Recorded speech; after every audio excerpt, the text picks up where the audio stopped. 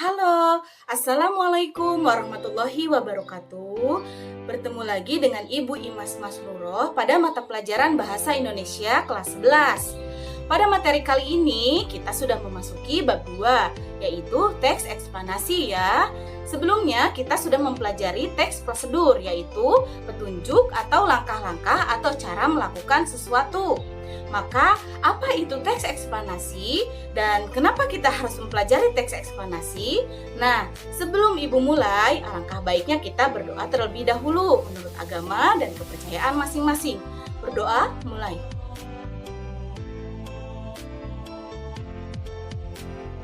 Selesai. Bagaimana kabar kalian hari ini anak-anak? Semoga semua dalam keadaan sehat ya. Tetap jaga kondisi, jaga kesehatan, dan jaga kebersihan. Dan kalian juga harus senantiasa menerapkan protokol kesehatan dalam setiap kegiatan kalian sehari-hari. Meskipun kalian belajar dari rumah, kalian harus tetap semangat ya. Untuk teks eksplanasi yang harus kalian kuasai, yaitu kompetensi dasar 3.4 menganalisis struktur dan kebahasaan teks eksplanasi. Adapun tujuan pembelajarannya yaitu setelah mempelajari materi ini kalian diharapkan mampu menganalisis struktur dan kebahasaan teks eksplanasi. Untuk lebih mempermudah memahami dan mengingat-ingat apa itu teks eksplanasi, kalian pasti pernah mendengar kata explain dalam bahasa Inggris.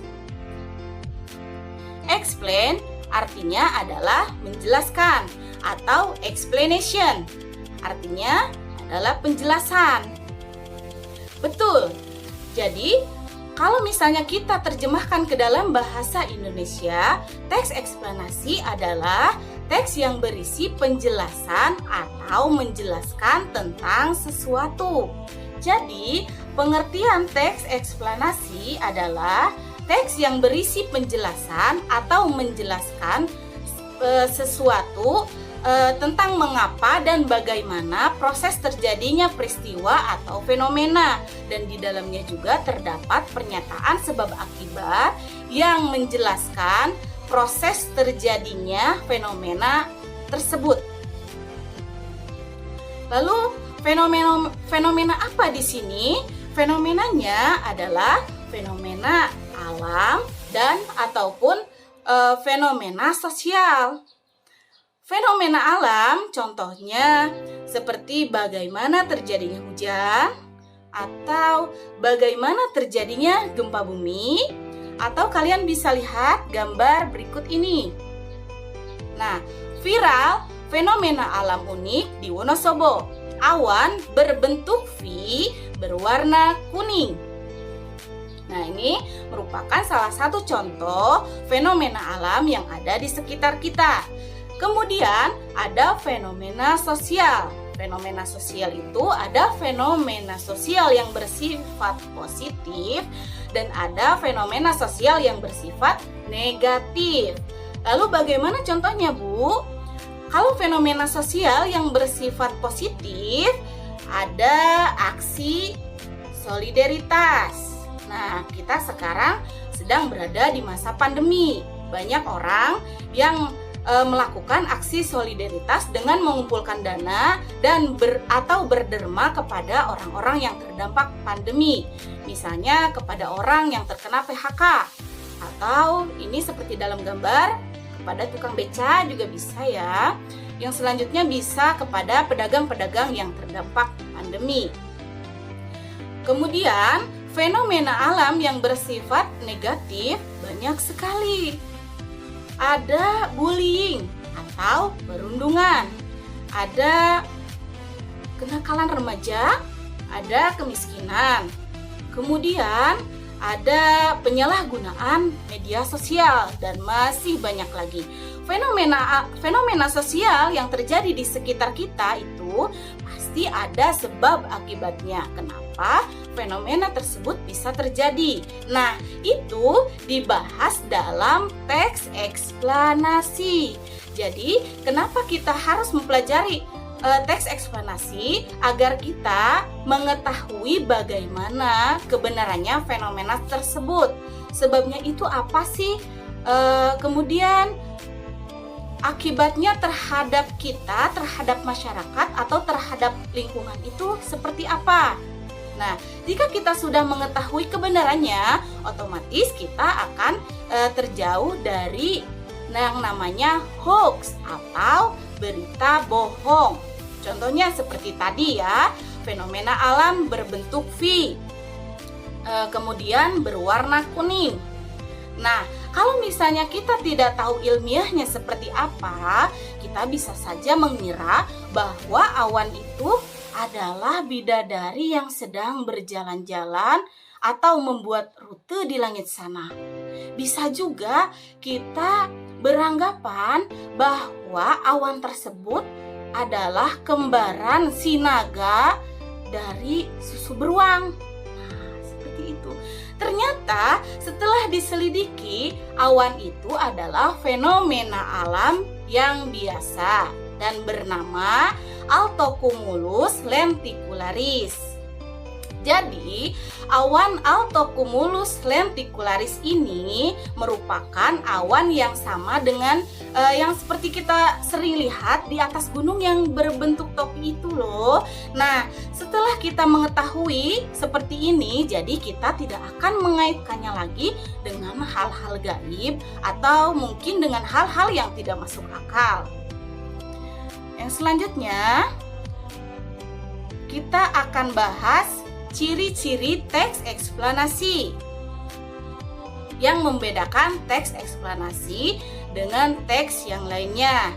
Yang pertama yaitu informasi yang dimuat berdasarkan fakta atau benar adanya. Tadi sudah dijelaskan ya bahwa teks eksplanasi itu harus didasarkan pada fakta, bukan opini dari seseorang. Jadi kita tidak bisa memasukkan anggapan atau praduga kita ke dalam teks eksplanasi. Semuanya itu harus didasarkan pada fakta. Yang selanjutnya ada bersifat ilmiah. Nah, gejala atau fenomena alam atau fenomena sosial itu harus dapat dibuktikan secara ilmiah. Jadi di dalamnya itu ada ilmu pengetahuan. Contohnya seperti tadi dalam teks awan berbentuk V dan berwarna kuning itu. Nah, itu dapat dijelaskan oleh Badan Meteorologi, Klimatologi dan Geofisika atau BMKG. Ciri yang keempat yaitu bersifat informatif. Nah, ini asiknya teks eksplanasi. Ketika kita membuat teks eksplanasi, kita kan memberikan informasi yang benar kepada orang lain. Jadi, ketika orang lain membaca teks eksplanasi yang kita buat, maka orang tersebut akan terjauh dari yang namanya hoax atau berita bohong, atau terjauh juga dari hal-hal yang tidak masuk akal. Seperti itu. Ciri yang keempat, temanya bersifat umum atau generik. Jadi bukan partisipan manusia. Contohnya terjadinya hujan. Nah, terjadinya hujan secara umum itu seperti apa? Bukan terjadinya hujan hanya di satu tempat saja. Oh, berarti seperti tadi, aksi solidaritas juga bukan aksi solidaritas yang hanya dialami oleh satu orang saja, tapi harus yang dialami oleh semua orang. Seperti itu. Yang ciri yang kelima yaitu terdapat sequence maker atau penyampaian urutan. Biasanya ada kata pertama, kedua, ketiga, dan seterusnya. Yang selanjutnya, kita akan bahas struktur teks eksplanasi.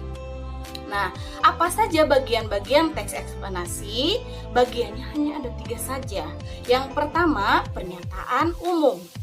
Yang kedua, ada deretan penjelas atau urutan sebab akibat. Dan yang ketiga, ada interpretasi. Struktur yang pertama, pernyataan umum. Pernyataan umum ini berisi tentang gambaran dasar atau awal pengenalan tentang fenomena alam atau fenomena sosial yang akan dibahas.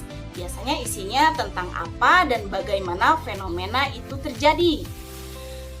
Struktur yang kedua yaitu deretan penjelas atau urutan sebab akibat.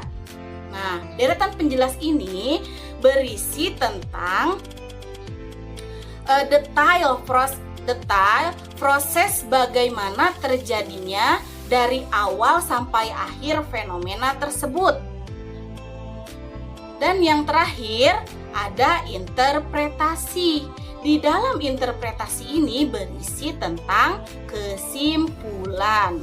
Ya, berisi tentang kesimpulan dari fenomena alam atau fenomena sosial yang sudah dibahas atau sudah dijabarkan tadi di pernyataan umum dan di deretan penjelas atau urutan waktu. Kemudian si interpretasi ini menyimpulkan. Ya, seperti itu. Selanjutnya ada kaidah kebahasaan teks eksplanasi. Ciri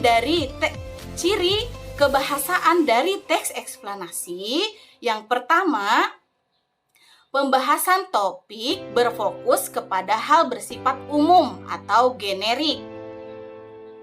Nah, jadi bukan ke partisipan manusia. Fenomena alam atau fenomena sosial yang dibahas yang kita alami dalam kehidupan sehari-hari. Yang selanjutnya, terdapat kata atau istilah ilmiah. Jadi, karena teks eksplanasi adalah teks yang di dalamnya berisi tentang hal-hal yang bersifat ilmiah, tentu saja di dalamnya berarti ada kata atau istilah ilmiah. Seperti tadi dalam contoh awan berbentuk V itu. Oh, ternyata awan yang berbentuk V itu namanya altocumulus lenticularis. Nah, itu contoh kata yang bersifat ilmiah. Yang ketiga, menggunakan kalimat pasif, yaitu kalimat yang subjeknya dikenai suatu perbuatan atau aktivitas. Contoh kalimat pasif itu biasanya berimbuhan di terkan, kean, ter. Nah, seperti itu. Contoh kalimatnya, bunga mawar itu disiram Sani agar subur. Nah, di situ terdapat kata disiram. Berarti itu merupakan kalimat pasif. Yang selanjutnya, menggunakan kata kerja material dan relasional. Apa itu kata kerja material? Kata kerja material atau verba material itu adalah kata kerja yang biasanya melakukan tindakan fisik. Contohnya memukul, menendang, menulis, memotong, dan yang lainnya. Yang selanjutnya ada verba relasional atau kata kerja relasional, yaitu kata kerja yang berfungsi sebagai penghubung antara subjek dan pelengkap. Jadi dalam kata kerja ini pelengkap harus ada, tidak boleh dihilangkan, karena kalau misalnya dihilangkan kalimat tersebut akan menjadi rancu. Contohnya dalam kalimat sapi mempunyai 4 kaki. Nah, kata penghubung relasional, kata kerja relasional di sini yaitu mempunyai. Nah, kalau misalnya pelengkapnya 4 kakinya itu dihilangkan, berarti kalimatnya menjadi sapi mempunyai.